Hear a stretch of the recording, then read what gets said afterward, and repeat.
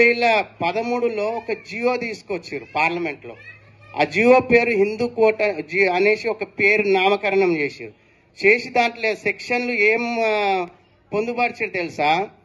ఒక హిందువు తన గల్లీలో ఎవరైనా హోమం లాంటి కానీ హిందూ సంప్రదాయానికి సంబంధించిన కార్యక్రమాలు కానీ, ఉదాహరణకు పెళ్లి కానీ, ఇవేవి చేసినా కూడా వీళ్ళు అక్కడ నివసించే మైనార్టీ సోదరులతోటి సంతకాలు తీసుకొని పిఎస్లో పర్మిషన్ తీసుకొచ్చే బిల్ తీసుకొచ్చారు.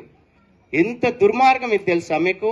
ఒక హిందూ ఒక గల్లీలో పెళ్లి కూడా చేయొద్దు, ఒక హిందూ ఒక గల్లీలో హోమం చేయొద్దు, ఒక హిందూ ఒక గల్లీలో ఇప్పుడు మా శ్రీరామనవమి కానీ ఇంకా వేది ఏమి చేయకూడదు. అలాంటి బిల్లును తెస్తే అప్పట్లో భారతీయ జనతా పార్టీ అడ్డుకొని దాన్ని ఆపడం జరిగింది.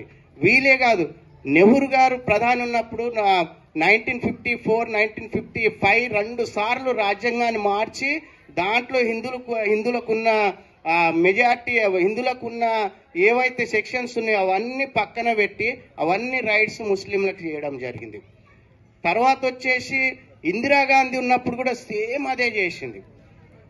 మొన్నటిదాకా మన్మోహన్ సింగ్ 10 సంవత్సరాలు వాళ్ళ అధికారంలో ఉన్నప్పుడు కూడా 10 సంవత్సరాలు వాళ్ళు మొత్తం హిందువులకు ఉన్న రైట్స్ మొత్తం కట్ చేసి వాళ్ళు మైనార్టీలకే ఇవ్వడం జరిగింది.